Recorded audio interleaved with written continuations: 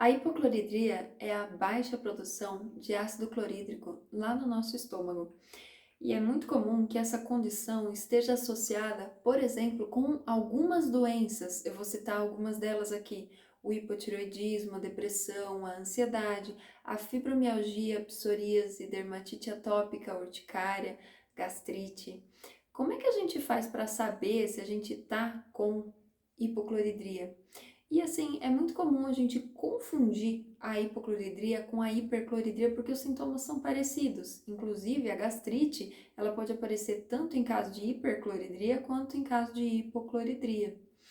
Enfim, é comum a gente perceber um desconforto abdominal. Sabe quando a gente acaba de comer e fica com uma sensação ruim, uma vibração ali no intestino, a presença de gases, uma certa náusea, inchaço, diarreia, má digestão, cansaço excessivo, presença de comida mal digerida nas fezes, queda de cabelo, as unhas frágeis com ondas, com riscos, descamação na boca, na cutícula, enfim, descamação. Esses são alguns dos sintomas que podem acontecer e tem algumas suspeitas também que a gente pode levantar para hipocloridria quando a pessoa tem uma dieta regular, equilibrada, bonitinha e mesmo assim ela tem colesterol alto.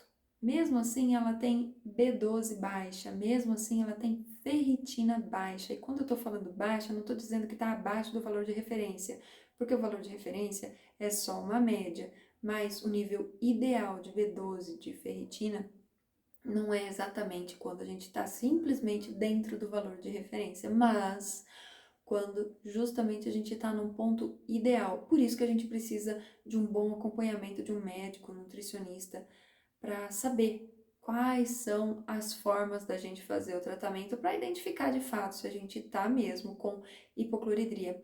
Outra coisa que é muito comum numa pessoa que está com hipocloridria é a dificuldade de emagrecer, porque o organismo ele não consegue entender que ele pode gastar aquela energia que ele armazenou ali em forma de gordura, justamente porque ele está com dificuldade de obter energia através da alimentação.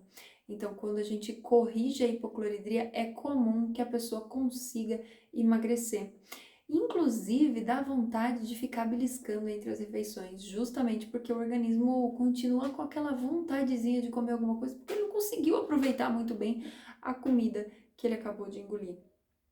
Enfim, as causas, entre elas, a gente encontra aqui o estresse, o uso indiscriminado de antibióticos, uso indiscriminado de inibidores da bomba de prótons, que são justamente os medicamentos que são usados para tratar a gastrite, por exemplo, que são, quando muito bem descritos, prescritos, eles são ótimos. Porém, se a gente sair por aí tomando medicamento à torta e direito cada vez que queimar o estômago, vai ser ruim. O uso de qualquer medicamento de forma crônica pode modificar o pH do nosso estômago e, por consequência, do nosso intestino também. Então, a melhor coisa é sempre consultar um bom profissional antes de sair tomando um medicamento. Outra coisa que atrapalha a cloridria ideal do nosso estômago é o sedentarismo, má dieta, uma dieta pobre em fibras, frutas, verduras, legumes, e a presença de Helicobacter também está associada aí com a hipocloridria. Enfim, é comum a gente encontrar alguns tratamentos que podem ajudar a melhorar a digestão dessas pessoas que, de maneira geral, antes da gente sair fazendo algumas loucuras, pode ser que ajude todo mundo. Depende muito da causa, como a gente vai fazer para tratar a hipocloridria, mas melhorar a digestão é algo que pode ajudar todo mundo. Esteja presente no momento da sua refeição, mastigue corretamente os alimentos a ponto de eles ficarem tão triturados que vão chegar lá no nosso intestino e vão ser muito bem absorvidos, porque a gente não tem dente no intestino, a gente tem dente só na boca e precisa aproveitar muito bem. Garantir que não sobrem pedaços de comida inteira para chegar lá no intestino e ser muito bem absorvido.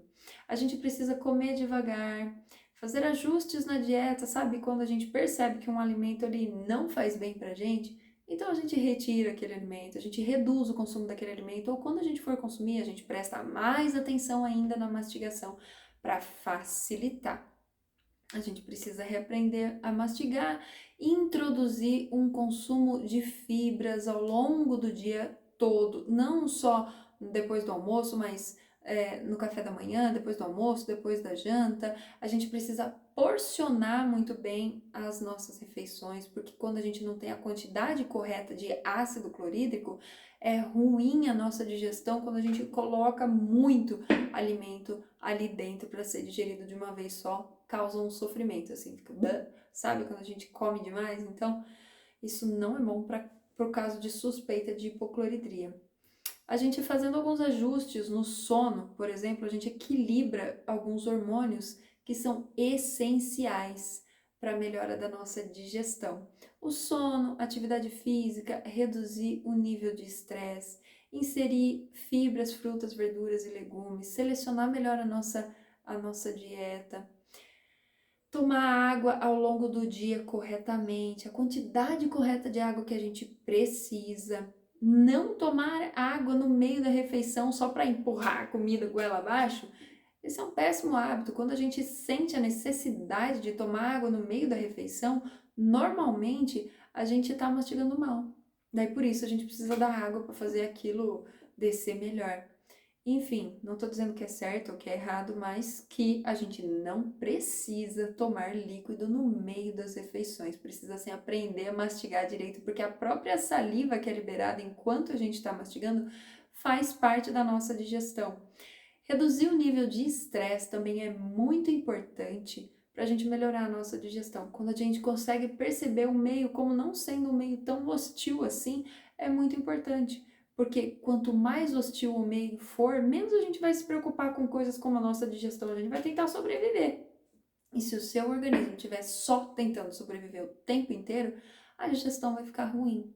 Então, reduza o seu nível de estresse, experimente terapia, porque a terapia ajuda a gente a perceber o meio de uma nova forma. Ela amplia as nossas perspectivas, inclusive faz com que a gente transforme o meio num meio menos hostil pra gente. À medida que a gente vai se conhecendo, a gente vai adequando um monte de coisa. Existem alguns ajustes que a gente pode fazer também que podem ser muito bem prescritos por um bom médico gastroenterologista ou uma boa nutricionista, como por exemplo inserir algumas enzimas digestivas logo depois da refeição.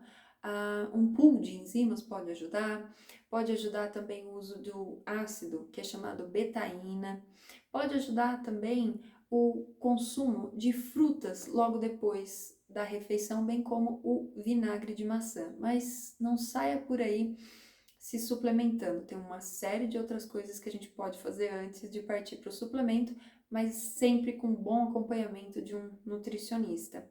E o consumo de frutas é uma coisa que a gente pode fazer sozinho, né? Por exemplo, o abacaxi, além de ter o ácido, ele tem uma enzima que é chamada bromelina e ela é ótima para ajudar na nossa digestão. Imagina, você come uma coisa que já te ajuda a digerir outras coisas que você comeu. É maravilhoso! Enfim, insira frutas cítricas logo depois das refeições, porque é muito importante para melhorar a nossa digestão e combater os sintomas da hipocloridria. Uma das coisas que a hipocloridria ocasiona no nosso organismo é, inclusive, a disbiose, que é um desequilíbrio dos seres que moram lá no nosso intestino, como as bactérias e os fungos. E esse é o assunto do próximo vídeo. Se você gostou desse vídeo, se ele te ajudou de alguma forma, compartilha com outras pessoas que podem estar precisando melhorar os seus sintomas crônicos aí de algumas doenças que elas estão brigando e não conseguem melhorar. Enfim, compartilha esse vídeo, se inscreve no canal, deixa seu joinha e vamos pro próximo vídeo.